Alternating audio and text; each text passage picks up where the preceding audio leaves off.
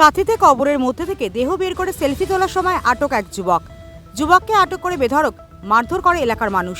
পরে যুবককে আটকে রাখে একটি ঘরে। পরিস্থিতি সামাল দিতে ঘটনাস্থলে পৌঁছয় কাঁথি থানার বিশাল পুলিশ বাহিনী। আটক যুবককে উদ্ধার করতে গিয়ে খণ্ডযুদ্ধ বাঁধে পুলিশ ও জনতার। অভিনব ঘটনার সাক্ষী থাকল পূর্ব মেদিনীপুরের কাঁথি থানা এলাকার শ্রীরামপুর। আজ সকাল 10টা নাগাদ এক যুবক কবরের মধ্যে থেকে একটি মৃতদেহ বের করে তাকে দাঁড় করিয়ে সেলফি তুলতে থাকে। তখন এলাকার স্থানীয় মানুষজন ঘটনাটি দেখতে পেয়ে পাকড়াও করে যুবকটিকে। এরপর গ্রামবাসীরা যুবকটিকে জিজ্ঞাসাবাদ করে সঠিক উত্তর না পাওয়ায় বেধড়ক মারধর শুরু করে। পরে আটকে রাখে আর কি বদ্ধ ঘরের মধ্যে। ঘটনার খবর পেয়ে এলাকায় উপস্থিত হয় কাঁথি থানার বিশাল পুলিশ বাহিনী। আটক যুবকটিকে উদ্ধার করতে গিয়ে রীতিমতো পুলিশ জনতার খণ্ডযুদ্ধ শুরু হয়।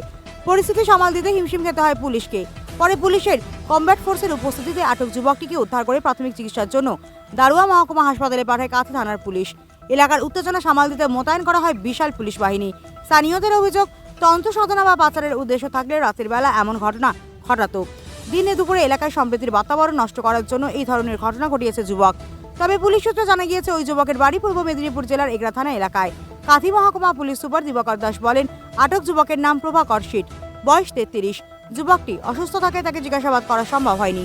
যুবককে জিজ্ঞাসাবাদ করলে উঠে আসবে আসল ঘটনা। তবে বর্তমানে এলাকার পরিস্থিতি স্বাভাবিক রয়েছে। Bureau report, RK star news.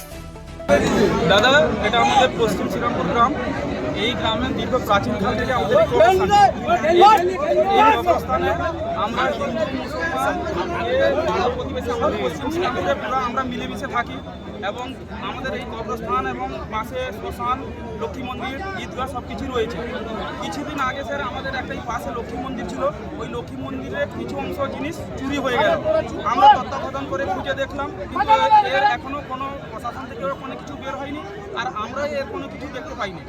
আজকে আবার দেখছি আমরা হঠাৎ আমাদের এই এত পুরোনো প্রাচীন কবরস্থান থেকে ঠিক মিডিল অবস্থা থাকে, যেখানটায় মানুষ কবরস্থান মানে একটা শান্তিপ্রিয় জায়গা, যেখানটায় কোনো লোক যাতায়াত করে না।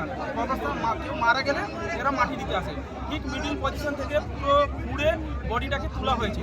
বডিটাকে তুলে ওর একটা বাঁশ দিয়ে ওটাকে ঘিরে, মানে ওই ব্যক্তিটা কী করেছে, এ নিয়ে যাওয়ার উদ্দেশ্য না, কিন্তু এটাকে রেখে দিয়ে পালানো হচ্ছে, যাতে আমরা পরে জানতে পারবো। আমরা যখন দেখতে পারবো একটা লাশ তোলা হয়েছে, তাহলে ভাববো নিশ্চয়ই কোনো হিন্দু ভাই এখান থেকে লাশটাকে তুলেছে, তাহলে আমাদের মধ্যে একটা বিভেদ সৃষ্টি হবে। দিলে আমরা এখানটায় মারপিট খুনাখুনিকে আমরা চাই স্যার আমাদের মধ্যে গ্রামের মধ্যে সব কিছু শান্তি থাক।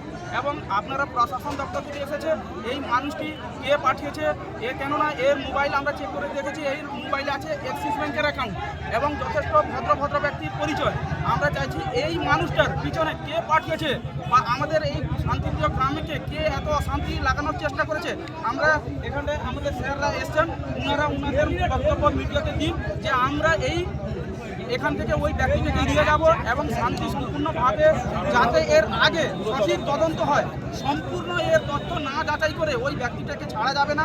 এবং ওই ব্যক্তিটি ওর আগে কি ঘটেছে না ঘটেছে বা এর পুনরায় আর কোথায় কত কবরস্থানে এইভাবে তুলেছে, দাঙ্গা লাগানোর চেষ্টা করেছে, এটা আমরা সঠিক তথ্য জানতে। আরেকটা বিষয় হচ্ছে, ওই লোককে স্যার তান্ত্রিকও মনে হয় না, পাগলও মনে না। ও লোকটা সরাসরি আমাদের এই শান্তিপ্রিয় জায়গার মধ্যে আমাদের মধ্যে গণ্ডগোল এবং বিভেদ লাগানোর সৃষ্টির চেষ্টা করছে।